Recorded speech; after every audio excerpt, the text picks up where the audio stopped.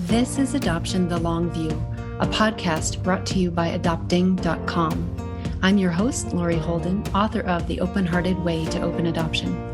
Join me as we take a closer look at what happens after you adopt your child and begin parenting them. Your adoption journey isn't over then, it's just beginning. In this podcast, you'll hear from a variety of thought-provoking and influential guests as we help you make the most of your adoption journey. Like any trip worth taking, there will be ups and downs and challenges. Here's what you're going to wish you'd known from the start. Ready? Let's go. I've said before that no baby should come into a home or a heart that's shrouded in grief. And I don't like quoting Dr. Phil, but I believe I must attribute this truism to him. No baby should be born with a job. It's just too much to expect a baby to fix anything, a relationship, a heart, a life. Let's acknowledge the fact that many, not all of course, but many people come to infant adoption after experiencing infertility and enduring some sort of loss or even a series of losses. People might think that finally getting a baby, filling their empty arms, will heal all the hurt. And it does heal some of the hurt. Bringing a baby into your home through adoption does resolve the issue of parenting, but it does nothing to address the wounds of infertility. And those can be profound when it feels like you're not good enough to swim in the gene pool, or not having a child who looks like you and your beloved, parenting a child who on occasion you just don't get, not to mention the more obvious heartbreaking tragedies like miscarriage, stillbirth, and infant loss. Of course, when you finally bring your child home, it's a joyous time, but if you haven't actually acknowledged and processed your grief, it's unlikely to go away on its own. It can lie dormant and sneak from behind to attack you at the most inopportune times on your parenting journey, when all you want to do is be a good parent to your precious and longed-for child. So let's start with the proposition that grief needs to be addressed and processed. But how? Today's guest is an expert on one way to do that. She's been doing it for herself since at least 2015, and she's been helping others do so as well through her workshops. But there's a twist here. Anne Heffron's wound is not one of infertility. Hers is a primal one. She's an adoptee, the daughter of parents who hadn't worked through their feelings of inadequacy and insecurity, their grief and loss. Parents who couldn't talk about adoption when Anne tried to bring it up with them, her mind so curious by nature. Her journey healing some of her wounded places is chronicled in her memoir, You Don't Look Adopted, which she wrote in a frenzy in just 91 days, back in 2016, when a famous author unexpectedly gifted her the use of her Manhattan apartment. This is the place where Write or Die was born. Anne first tested it out on herself, and now it is the name of the writing workshops she offers around the country to people seeking healing via writing. I'm aware, being a subscriber to Anne's writing space, that Write or Die has had a profound impact on other adoptees whose work she publishes there. So I thought to myself, I wonder if writing would be a way for adoptive parents to heal their wounded parts also. I asked Anne, and she gave me an emphatic yes. Voila! Here with us today is the thoughtful, curious, beautiful, and amazing Anne Heffron. Welcome, Anne. Wow, those adjectives. Thank you. All of those and more. Let me fill people in on your brief bio. Besides being the author of the memoir, You Don't Look Adopted, Anne Heffron is also the co-writer with Antonia Bogdanovich of the movie Phantom Halo. Anne Heffron was born in Manhattan in 1964 to a college student. 51 years later, Anne returned to Manhattan to find the roots of her story, the one that began with her birth instead of with the phrase, the day we got you. You can find her blog and more of what she does as a writing coach at anneheffron.com. Anne has an E on it, and we'll have these and other resources for you in the show notes at lavenderluz.com and at adopting.com. So Anne, could you briefly tell us your two story threads, one of being an adoptee and the other one of being a writer? How did you get to this moment in time on both of those counts? Sure. I think that they're intertwined. And it occurred to me this morning when I was doing yoga that maybe my whole life is about trying to reconcile the moment when my first mother gave me up and my body mind wasn't able to process it, because it seems like everything that I do, I can trace back to the dissonance of that moment. And I think maybe the most honest thing I can do is to stop pretending that I have a lot of other concerns And well, I do have a lot of other concerns, but stop pretending that this one isn't so primary that it doesn't in some ways block out the rest. Like maybe the rest is just noise and this is the real issue. And writing has been your way to address this real issue. Well, you've tried other things too. How did you land on writing as a way to help other people do this work as well? It's really frustrating trying to use my words. If you and I were to sit across the table from each other, I don't always say the right words. Sometimes I use words just to see how they'll hit or how you'll react to them. But I didn't really consider them. The words spill out when I talk more easily than when I write. And when I write, it's almost like it's not almost like it is, I get to focus and I get to be more intentional. And it feels more like prayer to me than talking does. Talking sometimes feels like trying not to drown, or like if I have a little bit of social anxiety, there's a lot of tap dancing with talking, where with writing, I picture it's me and the ear. And I don't have to win the ear's affection. I have the ear's affection, and I get to hunker down and go into the core of myself and ask myself, what is it that I really want to say? And then say it. And after a lifetime of checking in with other people to see how they respond to me and what I say and what I do to make sure I'm safe, am I okay? With the writing, I've learned to check in with myself. And it's such a different experience. And I think especially if you're a child and you're with your parents who adopted you, communication can be complicated. Even eye contact can be complicated because there is some dissonance there. There is part of your brain that's trying to process who are these eyes that are your parents' eyes that are also not your parents' eyes. And at the same time, you're trying to use words to communicate meaning. And it can be easier to put your face to a piece of paper and drop the eye contact. And when you are putting things to paper, is it always for other people's consumption, or some of this is just for you to pull out of yourself for clarification purposes? It doesn't have to be for other people to read. Is that correct? I think it has to be for other people to read, because I think that if it was private, I would just write in a journal and it wouldn't matter to me that other people read. But I do post publicly and I do put rough drafts.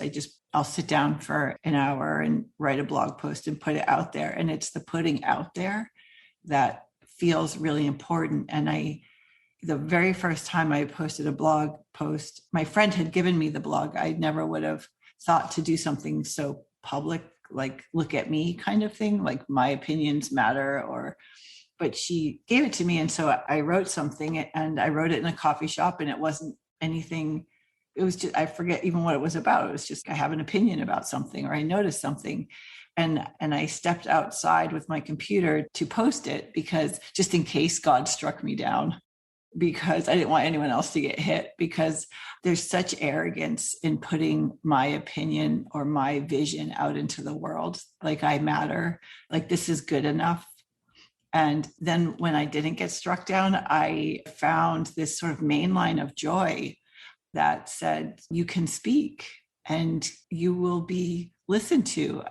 I mean, one of the great things about a blog is you can have an audience of people that respond to you.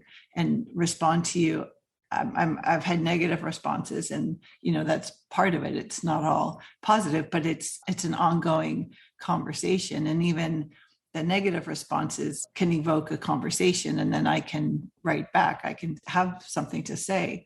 But there's this feeling of, in my blog posts, even if they're so silly and light and quote unquote unimportant, they're still coming from this like silver clear river of truth that runs through the middle of me. And I'm not changing it for anybody. I'm not trying to think, oh, this is going to make someone angry, or this might hurt my mom's feelings. Or that doesn't mean that I write without regard to other people while I'm writing, but it's with a very clear decision that I'm following my own truth, while also truth is the most important thing to me, but kindness is right up there. So I wouldn't want to write something and intentionally hurt someone. That doesn't mean that I didn't think about how what I wrote would hurt my family. I knew it would hurt, but childbirth also hurts. That doesn't mean we don't give birth to children. There's intentional cutting someone with a knife hurt, and then there's growing hurt. And I am a lot less afraid of growing hurt than I used to be. I think that as an adopted person, fearful can be scary because it can feel like it means you're growing away from your parents and everyone that you know. And that can feel like death. So it's important to be able to discern that growing up doesn't mean growing away. And writing helps the process. I love your concept of growing hurt, because I think that can apply to adoptive parents as well. When the adoptive parenting journey isn't what we thought it would be, we sometimes find ourselves ill-equipped. And to get equipped, sometimes it's a growing journey to feel like you're adrift and not competent, and then work on trying to figure things out and not pretend like you don't need help. And I hear you also saying that finding your voice and exploring your truth can be so empowering in being able to occupy the space that you occupy. Would you consider yourself, were you a writer before that write or die experience in the Manhattan apartment? My mom was a writer, and my first mom also wrote a book, and my birth father wrote a book. So part of it, I think, is this, it's how I communicate. And I'm not sure if my dream, I had a dream since I was 18 to either write a book or a movie. And I don't know if that was my mother's dream or my dream, but it's so deeply embedded in me. And in a funny way, I don't really consider myself a writer. I'm just trying to figure out how to live my life. And writing is the shovel that I try to dig myself out of confusion. And it's also my way of saying thank you, that like I was here and I saw this, and thank you for this life. You mentioned your birth father. Can you just briefly fill us in on where you are with your four parents? So my birth mother, I never met. It was too much for her. I talked to her briefly on the phone. And the way I wrote about her was deeply, deeply upsetting. I wrote a blog post. I wrote it as a joke. I was being ironic, and I wrote, "You owe me, bitch." And I was writing about my attitude towards her, that I was criticizing myself, that I had gone in with that attitude. But the family missed the irony and read it like it was a fact. But I was a lot for them to take. They were very kind to me, and I was having my somewhat public tantrum. So I don't blame them at all. And then my birth father, I met him. He flew out to San Jose and we spent a day together, and it was wonderful. And his brother flew me to Montana a couple of times, and I met his family, and they were I've gone more than once, and they took in my daughter, and it was very, very, very wonderful. And then my mom has died, and my dad is in New Hampshire, 3,000 miles away from me. And I'm trying to learn to think less about how my parents affect me because I'm 56 and I would like my narrative to focus more on myself and my life than on my parents. I loved what you said about the adoptive parents and the healing. And I was thinking about my mom and my dad, and with the chaos of 3 adopted children. And I feel like my parents spread themselves so thin, just trying to lay themselves over the fire of their family, and they kind of got burned up. And I always wished that my mom would just take care of herself. Like I always wanted my mom to understand that this was a chaos she couldn't fix, and we needed her to own her truth more than we needed her to be upset that the family wasn't the way she wanted it to be. And I think that having an adoptive parent, and I don't love the term adoptive parent. I mean, I only got to have one set of parents, so I'd rather have them be my parents than my adoptive parents. But I feel like it's a real opportunity for everyone involved to get to live out their own truths in a way that may feel selfish. But I think that that label is misguided, in that it's the old adage about putting your mask on a plane before you put someone else's on, and that adopting a child is an invitation for you to step into work on yourself, as well as supporting the child and having the child have the opportunity to work on themselves, and then drop the narrative of our lives started the day we came together. And I love your emphasis on truth for your mom, because I talk a lot on this podcast about dealing with what is. And when you're trying to pretend that things are different than they actually are, that takes a lot of energy, and it skews it. It makes it go somewhere where it's not helpful, and then it's not where it should be helpful. So I really appreciate what you said about that. With your situation with your own parents, how do you think writing or some sort of grief clearing would have served you as their daughter? I think I would have felt like I was driving a car that the windshield had been cleaned, instead of driving a car with a really dirty windshield and always having to focus on the dirt. Like I find that I'm actually distrustful of people, that I keep wanting to know what's the story under the story with everybody. Like I listen to people, but I'm listening twice as hard as they think I am, because I want to know the truth underneath what they're saying. And I feel like my mom and dad, by trying to live a life of two parents with three children that were quote unquote theirs, they skipped a level of the story. And so if you don't talk about the struggle's still there. It uses energy to pay attention to what's under the surface. And it's so much cleaner when you don't have to do that. Even if at the time it doesn't feel clean, it feels actually dirty. That's a perfect metaphor, a clean windshield, as opposed to something that is kind of streaked and dirty and you just can't see or navigate your way from as well. Tell us, you found that writing can be so healing, specifically for adult adoptees. A lot of your work is done with adult adoptees, not all.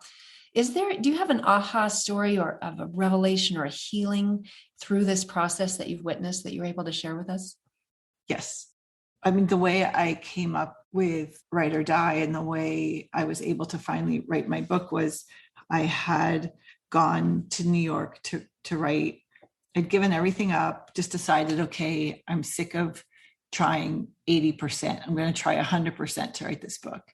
And part of the time in New York, I had 2 weeks on Martha's Vineyard at a writing thing. And I was there and I was failing. I was writing the same way I'd always written, and the narrative wasn't hanging together. I couldn't do it. And I felt like I was waving the white flag and saying, this was my only dream and I can't do it. And so I have no idea what I'm going to do with myself, because nothing else matters except for my daughter to me. And I wrote to my friend, and in despair, I wrote, I can't do it. I said, I don't know what my story is. I don't think anybody cares. And I listed all the things I was struggling with. And at the end I wrote, and I think that if I keep writing, I'm going to have to say that I have value, and I'm not sure I'm ready to do that. And I was so shocked that I said that. I didn't even know that. It just came out. And normally I would have erased that sentence because it was so revealing. But I was so defeated that I just pressed send. And I thought I would get back arguments, from him. No, you're great. You've got this. And I sort of braced myself because I didn't have it. And I didn't know what I was going to do with those arguments because it wasn't going to be helpful. And he wrote back right away and he said, that's your voice. And that's when it was like, it's like when you're driving a car and you're supposed to be in fifth, but you're in third. Like I threw my car into fifth. I was able to access my clear voice, and my clear voice said things that I thought were secret and should be hidden. And once I knew that I could say those things, then I had plenty to say, because I had lived a life of learning to cover up the deepest things. Like, how am I going to wake up in the morning as a sixth grader and tell my mom I hate myself? I don't even know the words for it, right? Like, everything's wrong. And I think I'm going to die if I go to school. I didn't have language even for how bad I felt. And so I couldn't connect with people or myself. And that moment when I did connect with language and someone did hear me, it felt like the horns blew. And so I listen very carefully to the people that I work with, and I listen for them to say true things that sound true to me, so I can point out to them, this is your voice, this is what it sounds like, and see if that resonates with them. Because once you have that, you can say anything. It's the river inside of you. There's nothing between you, and you are the river. And I'm remembering a few years ago, I attended your Ride or Die workshop, and you were so helpful at finding that the trueness, the true voice from the put on voice. And when you do find that, you're right, there's such a sense of resonance that you feel in your body and coherence between what you think, what you feel, what you are. When you find that coherence and it all kind of lines up, is a beautiful thing. It's gorgeous. I mean, I can see it. It's like when it's like when Lady Gaga hits her notes. You just get chills because it's perfect. You mentioned that you didn't know what your story was and you didn't feel like anybody cares. Do you find that in your observation of other adopted people that you work with, is that kind of a common theme that adoptees have? They don't know what their story is and that anybody cares that they get their story? Yes. And the irony is that a lot of them, the way they tell their stories, it's actually kind of boring because they're so afraid to reveal themselves that they just tell the same basic story that so many adoptees are telling. And so there isn't much that differentiates them.